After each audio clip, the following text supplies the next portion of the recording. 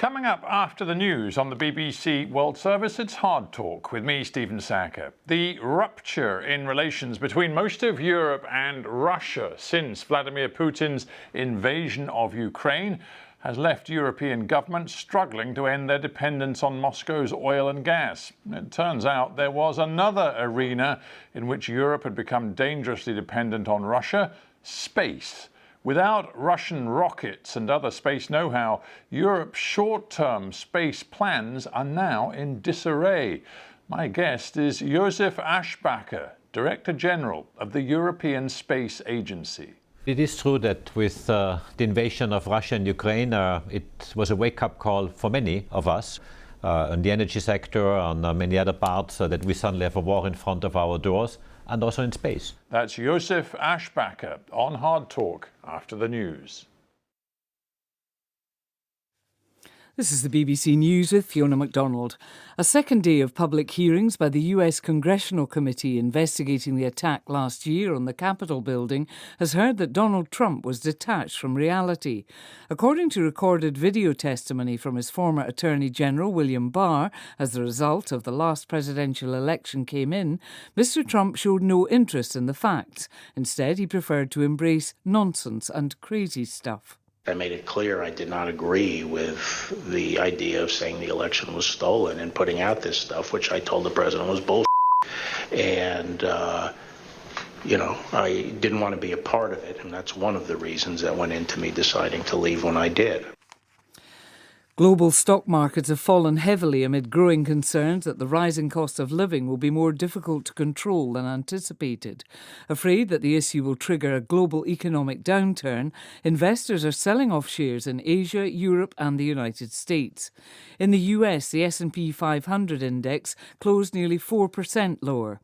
It's now down more than 20% from its recent peak in January. The head of the UN Refugee Agency has condemned plans by Britain to send a first flight of asylum seekers to Rwanda on Tuesday. Filippo Grandi said the policy set a catastrophic precedent. He said other countries who took in far more asylum seekers than Britain could decide to follow its example. He added that the UK was simply shirking its responsibility. It is the foundation of the right to asylum that people that are on a country's territory, especially a country that is a signatory to the convention and has the institutions to deal with that, to export that responsibility to another country runs contrary to any notion of responsibility sharing, of international responsibility, and so forth. Courts in London have rejected 2 last-minute challenges to the new policy. The United States has urged Britain to reconsider its decision to change the post-Brexit arrangements for Northern Ireland. The British Foreign Secretary, Liz Truss, said she would have preferred to negotiate a revised settlement with the EU, but accused the bloc of being unwilling to amend the previous agreement. Rob Watson reports. Brussels is far from happy with Britain and may resume legal action against what it sees as prior violations of the protocol, but it's unlikely to walk away from further negotiations.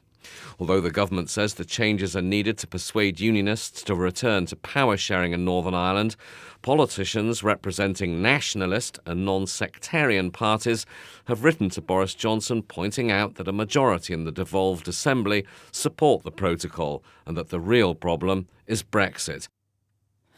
You're listening to the latest world news from the BBC.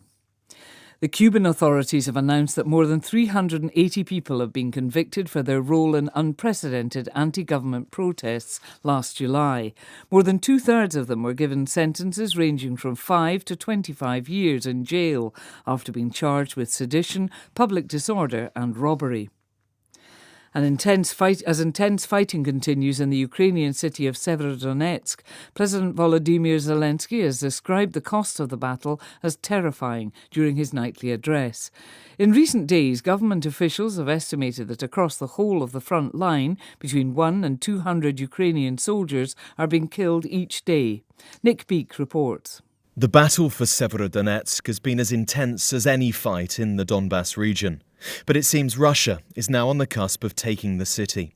The regional Ukrainian governor, Serhiy Haidai, warned of an imminent symbolic and strategic loss, saying Severodonetsk will soon be cut off from the rest of the country if Russians destroy its last remaining bridge. President Zelensky has called for upgraded aerial defence systems, revealing that more than 2,600 cruise missiles have landed in Ukraine since the start of the war. The Colombian President Ivan Duque has said that a former rebel leader who became one of the country's most wanted criminals has been killed in a military operation. Leder Nosque, known as Mayimbu, was a member of the FARC rebel group, but disagreed with the terms of the peace deal it signed with the government nearly 6 years ago.